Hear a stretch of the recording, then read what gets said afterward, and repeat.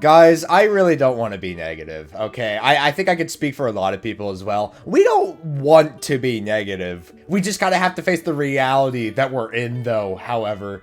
And unfortunately, that reality is, in terms of gaming, physical media might be dead. So hey guys, it's Cyanize here, and today we are going to be talking about specifically Nintendo's game key cards. Now, obviously we've known this information for a couple of weeks now, ever since their Nintendo Switch 2 Direct, but the Japan Nintendo account came out with some more third-party games that are going to be game key card exclusive. And for those who don't know what game key card is, game key card basically is a physical cartridge.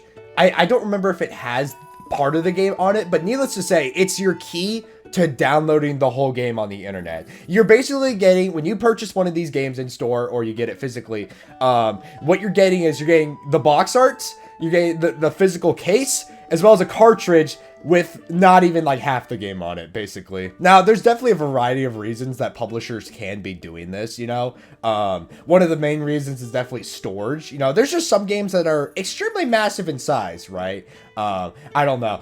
Maybe we'll get a GTA 5 down the line, and hey, that game is pretty big on storage, so I would totally get it, you know, for a company like Rockstar. Maybe they don't want to invest on the Switch port, because why would you get GTA 5 on the Switch? Like, I get it. I kind of get it from that perspective. However, what we're getting in today is kind of eye-opening, because in my opinion, I feel like a lot of us, including myself, thought that this game key card thing was going to be reserved for like the big boys, the games that, you know, we're going to be a struggle to put on Nintendo Switch 2, right? Which is doubly interesting to me, because a game like Cyberpunk is a massive game. I think it's sitting at like 64 gigs. I might be wrong. I definitely might be wrong on that, and I don't feel like fact checking. But regardless, they got the whole game on cartridge with like all the DLC and whatnot, which I cannot wait to buy and play at launch, by the way. I'm really excited. I'm glad that CD Projekt Red went the full effort to make the game on cartridge. But yeah, what we're about to get into here with this epic list is, oh boy. Now, something to keep in mind as well, I'm pretty sure the first parties are going to all be on cartridge, so that's good. But it's mostly the third party support that we're highlighting today, and specifically this image that you are seeing on screen. Yeah, wow, look at all these games. Now, I couldn't tell you everything about these games, but, you know, let's start with Bravely Default, because, you know, I know a little bit about that. This is a remaster of a pretty much decade-old game, and, yeah, it's a game key card version, for some reason. What? Like, what the heck? Why? Square Enix doesn't normally do stuff like this. What their last like main thing I think was Octopath 2, and that was all on the cartridge. Like, okay, whatever. The game is like $40, I believe, as well. So yeah, I don't know what's going on with that game, but yeah, it's kind of weird. The next one that catches my eye here, Yakuza 0, the director's cut.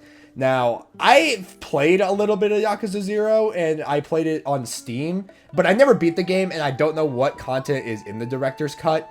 But this is also a decade or nearing a decade old game. Why is this game key card? This is made by Sega. Sega, of all people, would never do this, right? I would think, especially for an old title like this. Why is this on game key card? A lot of this is streaming laziness to me. And especially for a console that is more powerful than the Switch 1, I feel like there's no excuse at this point. I mean, we did have some games on the Switch 1 that used cloud versions or whatever. I forgot what it was called, but it used cloud versions where you're basically like emulating the game from a server, basically. But yeah, obviously this isn't really in the same vein as that, but it's just a digital version of the game with extra steps, and it's really annoying. And especially for games like this that can definitely run on the Switch 2 now, no problems. Yeah, it's interesting. Them doing this is not because of performance though, because like you still have to download the game digitally. It still like runs on the Switch 2 hardware, of course. But yeah, I think they're trying to save on storage and make you download the whole thing to your console, which I do not like. I think that's horrible for video game preservation. But we'll get into that later on. Let's keep going down the list here. We then have Puyo Puyo Tetris 25. I don't know too much about Puyo Puyo Tetris, but I heard that this is a, you know, a definitive edition of the original version that came out on Switch. Yeah, why is this game key card as well? Why? Bro, do we just hate physical media? Like, what's the problem? Why? And then this next one, I know a lot of people are mad, including myself, and I own the game on PS5, but it's Sonic X Shadow Generations. Excuse me? Excuse me? Okay, hold on. Let's get into this, okay? Sonic Generations is a decade-old game, okay? I know the visuals got updated and some things got a little overhauled, but that game, it shouldn't be taking up any storage. And, you know, even if you want to give credit to Shadow Generations, that game is like 4 hours long, okay? I'm not undermining the experience. I had a great time with Shadow Generations. Why is this game a key card? I don't understand. Again, I said it earlier, this just screams laziness. This makes absolutely zero sense. Why go through the effort of making a Switch 2 version if you're not gonna commit? It makes no sense. Oh, and on top of that, a friend sent me this today, but apparently, if you own the Switch 1 edition, because the game did come out on the Switch 1 originally, you cannot get a $10 upgrade for the Switch 2. You are just screwed if you bought the game on Switch 1.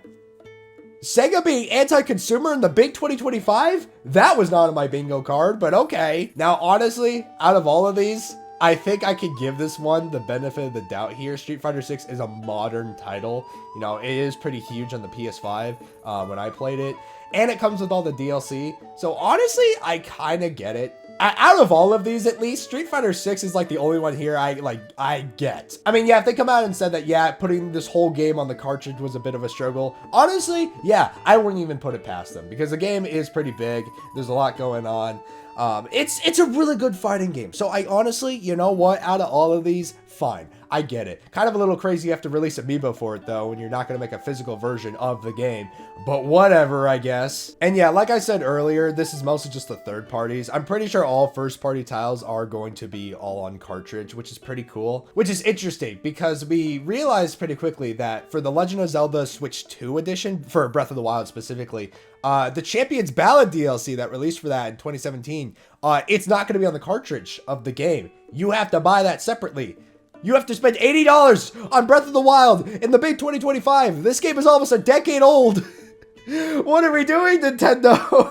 What do we think about physical media, boys? I'm going to be real. I think it's dead. I think this shows that publishers are way too lazy to be making physical editions of games nowadays. And it actually sucks. It absolutely sucks because unless like they're making sure that these digital versions of these games can be easily transferred between system and system, it seems like the transition from Switch 1 to Switch 2 will be seamless for the most part. The problem is the preservation aspect of it. We're never going to own these titles now. You know, we're never going to own these editions of these games. This sounds stupid, right? But when I have a family, right, and I get them into Nintendo, I want to be able to just give them my video game collection, right? I want to be able to give them my games. I want them to have endless amount of games to play, right? And I want them to pop in the cartridge, pop and play, like back in the day. All right, I know I'm not being nostalgic. I know I'm not like craving the good old days, okay? I just know it was a much simpler time back then. You pop in the game and you could play it. Maybe there was a day one patch, but at least that day one patch lasted like maybe 5 seconds. It wasn't even the worst thing ever. I could look past the day one patch. The problem is the fact that when you pop in a game now, you have to wait like 30 minutes to play it.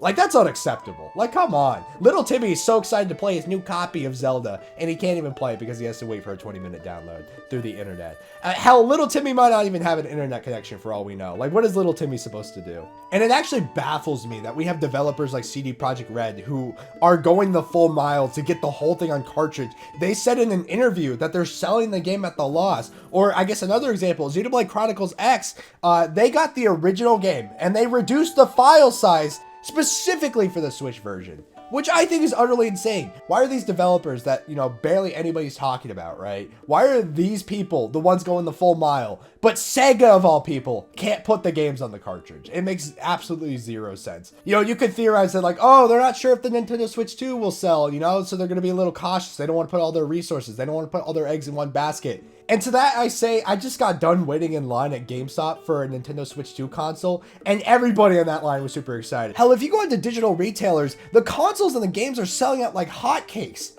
Like, are you kidding me? This console's gonna do numbers. What is wrong with you, third parties? I don't understand. And it makes me wonder too, because, you know, you could argue that like, oh, you know, companies are just trying to push a more digital edge because it's more easier to produce.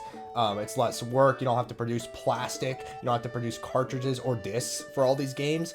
But my counter argument is to, why are you even going through with the effort in the first place if you want people to go digital already? Why don't you just rip the band-aid off and say, hey, we're not making physical games anymore, just buy it digitally? Why are we doing this half step with game key cards, okay? The game key card thing is so stupid, and it makes you go out of your way so much that you might as well get it digitally. And I think that's the point. They just want you to give up and buy the game digitally. I don't know if that was the original intent, but that's how it feels like, you know, wanting to buy these games. And even if I wanted to look past the download aspect of it, the actual box art itself, you have to deal with this white bar of death at the bottom. Okay, I know I've been ranting about the box arts a lot lately. I'm getting tired of all this information at the back of the box art just sitting there and annoying me. Same with the Nintendo Switch 2 editions and their black bars of death. It's actually insane. Remember when box arts would try to like sell you on the game? You know, they would go all out and try to like be a good looking box art to get your attention. Now it's just text. It's just text all over the place. You know, the terms of service, you know, explain to you how you're selling your soul to the big corporation. And in the grand scheme of things, this is not really a big deal, but I wholeheartedly believe in video game preservation and how important that is. And I believe if we can't preserve the media that we're producing, if we can't preserve it and pass it on to the next generation of people to experience, then we're failing. Why are we even creating art if multiple people can't experience it, you know?